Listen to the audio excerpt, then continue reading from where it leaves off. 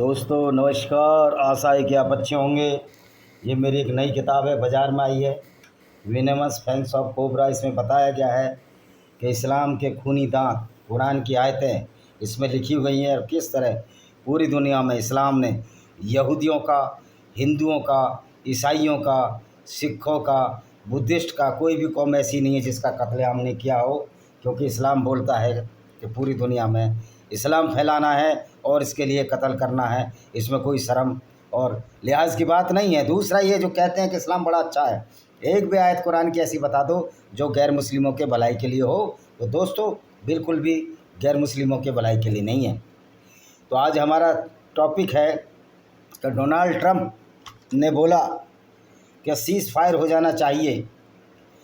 भारत की तरफ से सीज़ फायर हुआ क्योंकि भारत में ऐसी आर्मी है, डिसिप्लिन्ड आर्मी है, डिसिप्लिन्ड डेमोक्रेसी है। उन्होंने ट्रंप की बात को मानकर सीज़ फायर कर दिया। हालांकि ये मोदी का फ़ैसला बहुत गलत फ़ैसला था। हमको इसकी तनकीद करनी है, इसकी आलोचना करनी चाहिए। क्योंकि जब कारगिल युद्ध हो रहा था, बिल क्लिंटन ने अटल बिहारी वाजपेयी पर दबाव डाला कि आप युद्ध बंद कर दीजिए कारगिल का, पाकिस्तान अपनी सेनाएं वापस कर लेगा। अटल बिहारी वाजपेयी ने कहा नो, जब तक हम इनको पूरा खदेड़ नहीं लेंगे हम वापस नहीं करेंगे, नहीं तो पाक ऑक्यूपाइड कश्मीर की तरह कारगिल का ये हिस्सा भी हमारे से चला जाएगा। फिर बिल क्लिंटन ने बोला तो पाकिस्तान तो परमाणु बम की धमकी दे रहा है। तो भाइयों, अटल बिहारी ने वाजपेयी ने कहा कोई बात नहीं, हमारा एक हिस्सा हिंदुस्तान का गायब हो जाएगा, नक्शे से लोग मर जाएंगे, लेकिन पाकिस्तान पूरा ही गायब हो जाएगा। दूसरी बात है कि परमाणु बम चलाना इतना आसान नहीं है। जो सरगोदा जहाँ इनके परमाणु बम रखे हुए हैं उसके बेस को ख़त्म कर दिया है भारत ने, पट्टी को उड़ा दिया है।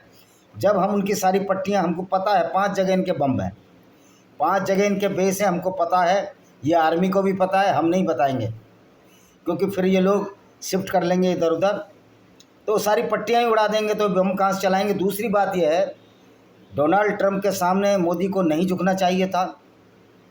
जब पाकिस्तान जैसा सिरफिरा मुल्क जो कि इस्लाम को मानता है, और इस्लाम को मानने वाले सारे सिरफिरे ही होते हैं, क्योंकि इस्लाम को मानने वालों का एक ही अकीदा है कि पूरी दुनिया में इस्लाम फैलाना है। कितना भी कत्लेआम करो, कितना भी लूट फसाद करो, वो सब इस्लाम फैलाना है। क्योंकि मोहम्मद साहब ने भी पूरी ज़िंदगी लूट फसाद किए, यहूदी औरतों को बाज़ारों में बेचा, यहूदी औरतों से बलात्कार करे और करवाए। कई बार तो ऐसा हुआ कि जब इन्होंने यहूदी कबीलों को हरा दिया तो ये खेतों में उनके साथ बलात्कार करने लगते थे। ये इनकी हदीसों में वर्णित है। जब इस तरह का पैगंबर हो, जब इस तरह का इनका आइकॉन हो, हीरो हो, तो आप ऐसे लोगों से, भले वो हिंदुओं से कन्वर्टेड हुए हैं, तलवार के डर से सलवार पहने हैं, लेकिन अब वो इस्लाम को मानने वाले इतने काफ़ी दिन हो चुके हैं, उनको समझ में ही नहीं आता। क्योंकि मौलाना ने उनको बताया नहीं कि पैगंबर मोहम्मद क्या करता था। ये तो पैगंबर मोहम्मद की ऐसी तस्वीर पेश करते हैं कि उसने सारे कबीलों को इकट्ठा किया और इस्लाम फैलाया। ऐसा नहीं है। उसने सारे कबीलों को कत्ल किया, ज़बरदस्ती उनको इस्लाम में कन्वर्ट किया, औरतों को लूटा और उनके बच्चों को ये गुलाम बना लेते थे और वो ज़बरदस्ती मुसलमान हो जाते थे। तो इस्लाम तलवार के बल पर ही फैला है। अब क्यों नहीं इस्लाम फैल रहा? अब क्यों लोग इस्लाम को छोड़ रहे हैं? ये इंटरनेट और सोशल मीडिया जब से आया है, यूट्यूब आई और बहुत से अपने प्लेटफार्म आए, तो इस्लाम का बैंड क्यों बच गया? अब इनकी तलवार कहाँ चली गई? क्योंकि वास्तव में शुरू में लोगों को मूर्ख बनाया गया और इन लोगों के खिलाफ़ किसी ने ठोस कार्रवाई नहीं की। अगर शुरू में ही यहूदियों ने ठोस कार्रवाई की होती, ये यहूदियों में कुछ लालच बस जो मुसलमान हो गए, उसका खामियाजा आज सारी कौमें खुद यहूदियों ने भोगा। यहूदियों की आबादी 1,60,00,000 रह गई। उसके बाद हिटलर ने भी हालांकि उनका विनाश किया, लेकिन इस्लाम ने ज़्यादा विनाश किया। हिंदुओं में आज जो 60 करोड़ लोग हैं, करीब करीब पाकिस्तान, हिंदुस्तान और बांग्लादेश में वो मुसलमान, वो हिंदू ही थे। तो ये बहुत बड़ा लॉस हुआ। इस्लामिक गुंडागर्दी की वजह से कमज़ोर हिंदुओं को कन्वर्ट कर दिया गया। लेकिन आज तो ये समझने की ज़रूरत है हमारे मुस्लिम भाइयों को, क्या वास्तव में आप उसको पैगंबर मानोगे जो एक लुटेरा था? अगर मैं गलत बोल रहा हूँ तो ये आपको अधिकार है, आपको इख्तियार है कि आप सुप्रीम कोर्ट जाइए, हाई कोर्ट जाइए, या अगर सामाजिक अदालत है तो आमने सामने बहस कर लीजिए। हम साबित कर देंगे कि इस्लाम एक गुंडागर्दी का प्रतीक है, इस्लाम एक धोखेधड़ी का प्रतीक है, इस्लाम में झूठ बोलना भी जायज़ है और मोहम्मद साहब खुद झूठ बोलते थे और षड्यंत्र रचते थे। ये मेरी पैरानोइया ऑफ कल्ट्स एक किताब है, इसमें पूरा चिट्ठा खोला गया है इस्लाम का। तो अब मोहम्मद झूठ कैसे बोलता था?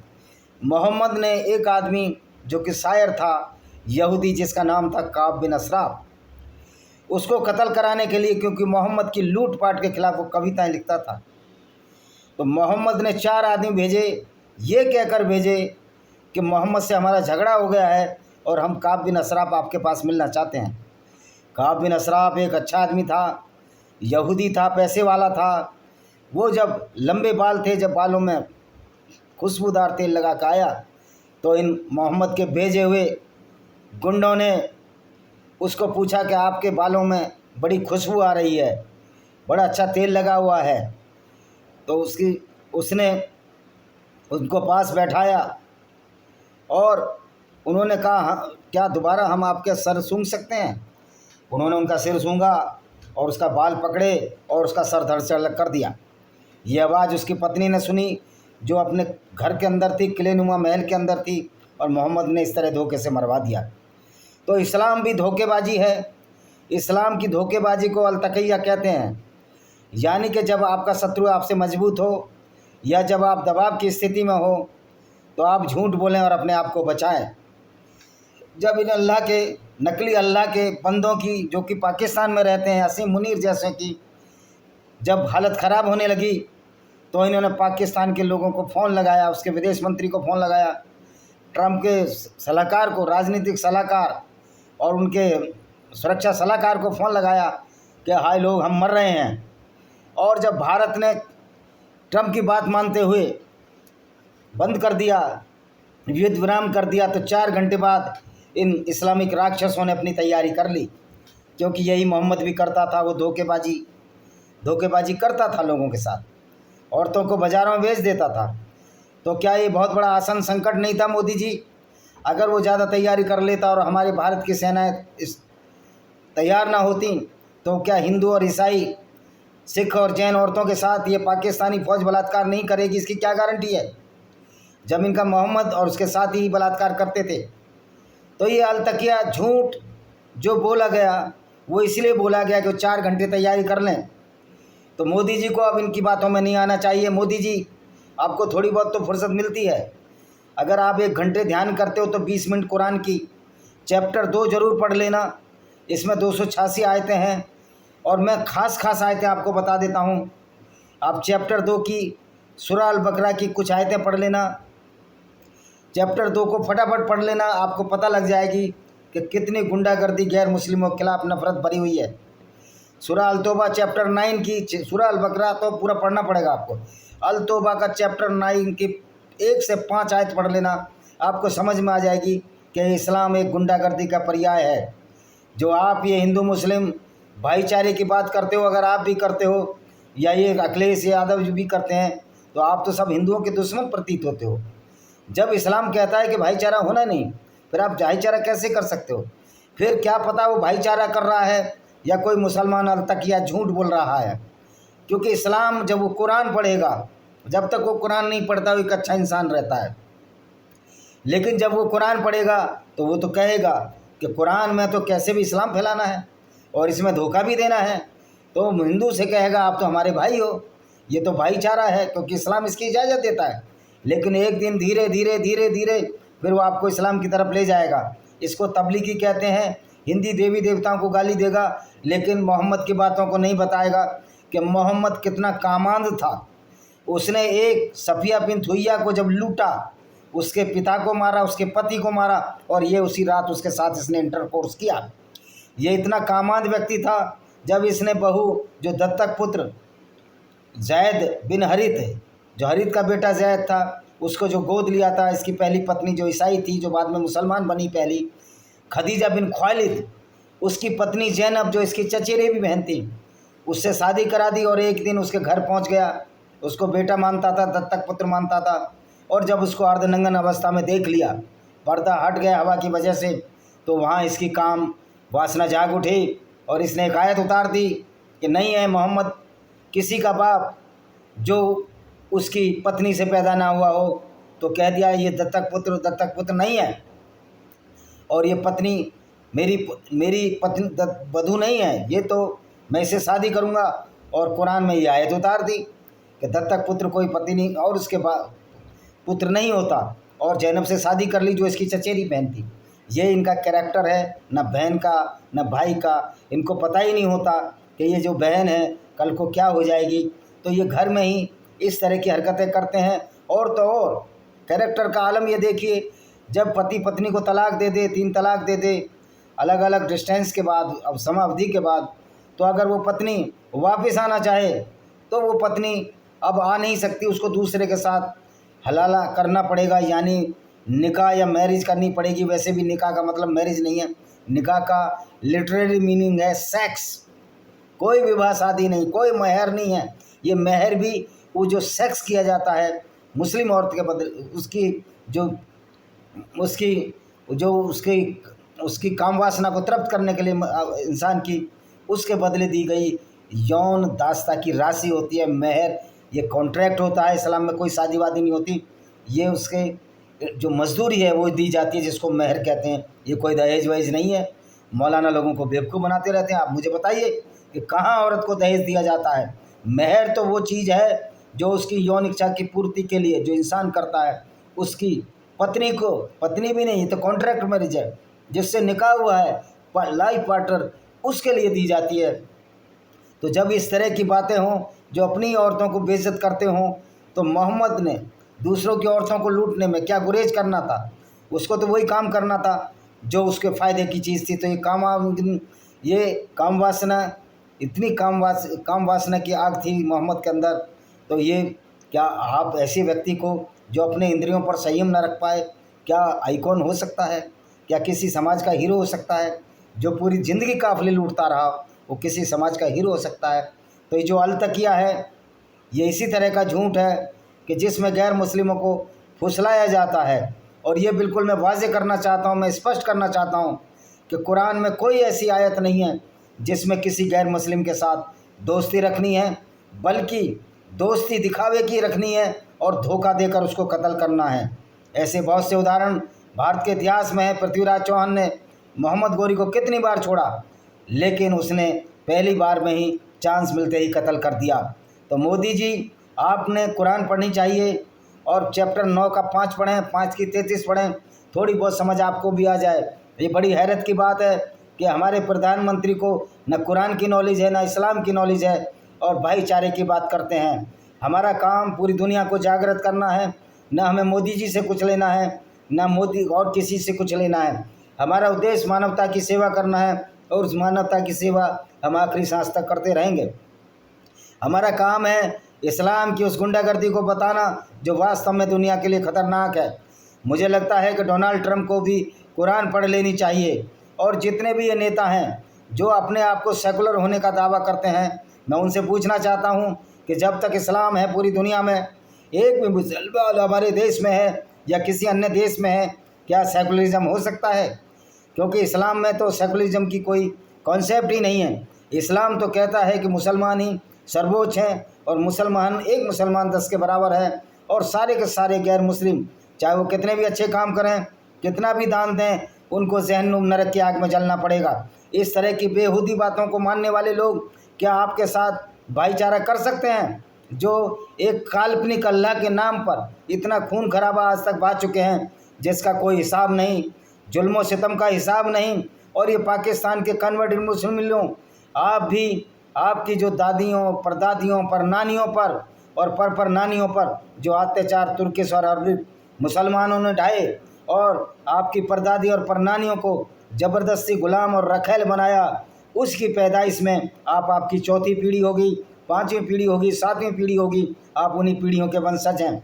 फिर आप किस मुँह से ये कहते हैं कि हम हिंदुओं से भाईचारा रखना चाहते हैं? निश्चित तौर पर हिंदुओं से तो भाईचारा ही रख ही नहीं सकते, ये ईसाइयों से नहीं रख सकते, ये यहूदियों से नहीं रख सकते, क्योंकि इनके अंदर जो कुरान का वायरस है, जो कोरोना से भी खतरनाक है। कोरोना का वायरस आया रूप बदलता चला जाता है, तो ये तो वायरस भी नहीं है, क्योंकि वायरस तो अपना रूप बदलता है फेज बाई फेज। ये तो बैक्टीरिया है जो हमेशा दूसरों को मारने की कोशिश में रहता है। लेकिन ये अच्छी बात है, अगर ये इस्लाम अगर बैक्टीरिया है तो बैक्टीरिया को तो ख़त्म करने की दवाएं हैं, और वायरस के लिए भी अब एंटीबायोटिक्स या वैक्सीनें बन गई हैं। तो कुरान की एक ही वैक्सीन है, इन लोगों के साथ सख्ती से पेश आया जाए, क्योंकि कुरान खुद कहता है कि गैर मुस्लिमों के साथ सख्ती से पेश आओ। तो फिर सटे साटे समाचारित श्री कृष्ण गीता का क्या उपदेश है? वैसे बड़ी बात करते हैं कि हिंदू दयावान होता है, ईसाई दयावान होता है, फलाना दयावान होता है। ये दयावानी नहीं है, ये मूर्खता है, कायरता है। दयावान होने का मतलब है कि आप किसी दुष्ट को सजा न दें। आप एक मच्छर को भी मार देते हैं, मच्छर आपको काटता है उसको मार देते हैं, लेकिन ये कुरान तो पूरी की पूरी कुरान इसी बात पर भरी हुई है कि पूरी दुनिया में कत्लेआम फैलाना है। पूरी दुनिया की जो औरतें हैं अगर वो युद्ध में लूट ली जाएं तो इस्लाम के अनुसार वो मलका यमीन है, यानी फिर वो उनकी गुलाम है। अगर किसी हिंदू औरत को लूट लिया जाए या ईसाई औरत को लूट लिया जाए या यहूदी औरत को लूट लिया जाए युद्ध में, तो भले ही वो यहूदी उसका पति जिंदा हो या हिंदू पति जिंदा हो या ईसाई पति जिंदा हो, उसकी शादी अपने आप टूटी मानी जाएगी, क्योंकि अब वो मुसलमानों द्वारा लूटी हुई गुलाम है। और गुलाम के साथ वो कुछ भी कर सकते हैं, उसकी विदाउट कंसेंट के बिना, उसकी सहमति के बिना उसके साथ बलात्कार कर सकते हैं। तो यही काम मोहम्मद और उसके साथियों ने किया। तो ये सर तन से नारे जुदा के नारे लगाने वालों को ये समझ लेना चाहिए कि आज पूरा गैर मुस्लिम जाग उठा है। क्या भाइयों, गैर मुस्लिम भाइयों, इसमें कमेंट कीजिए, और सही जो एक्स मुस्लिम है जिन्होंने इस्लाम छोड़ दिया है और मानवतावादी हो, इसमें कमेंट कीजिए। और मुसलमान जब कमेंट करें जब ये बता दें कि ये याद सारी दुनिया की भलाई के लिए है, वरना कमेंट करने का दुस्साहस ना करें, वरना आपके खिलाफ जो गलत कमेंट किएंगे तो FIR लॉन्च करवा दी जाएगी, या जो भी हम अपने स्तर से भी निपटेंगे, क्योंकि हम जून से काफिर इंटरनेशनल आर्मी बना रहे हैं। उसका एक एक मेंबर गली गली में जाकर इस्लामिक गुंडागर्दी से निपटेगा। तो मैं पूछना चाहता हूँ, क्या हिंदुओं, तुम क्या ऐसे विचारधारा को, ऐसे लोगों को अपना दोस्त बनाना चाहते हो जिनकी किताब में लिखा है कि गैर मुस्लिमों को दोस्त नहीं बनाना? गो कि बहुत सारी मुस्लिम हमारे दोस्त हो सकते हैं, वो दिखावे के दोस्त हैं। कुरान, या तो वो मुसलमान नहीं है, उन्होंने इस्लाम छोड़ दिया है, वो कुरान को नहीं मानते, तो आपके मित्र हो सकते हैं, आपके सहायक हो सकते हैं, क्योंकि कुरान में तो साफ लिखा हुआ है कि यहूदी नसाराओं को अपना सहायक ना बनाओ और गैर मुस्लिमों को सहायक ना बनाओ, क्योंकि वो उन्हीं आपस में एक दूसरे के दोस्त हैं। यानी कि मोहम्मद का डर इतना था, वो यहूदी और ईसाइयों से इतना डरता था कि हमेशा उनमें फूट करने की कोशिश करता था। तो ये काम असीम मुनीर का आप देखिए, वो कहता था तुम अल्लाह के बंदे हो।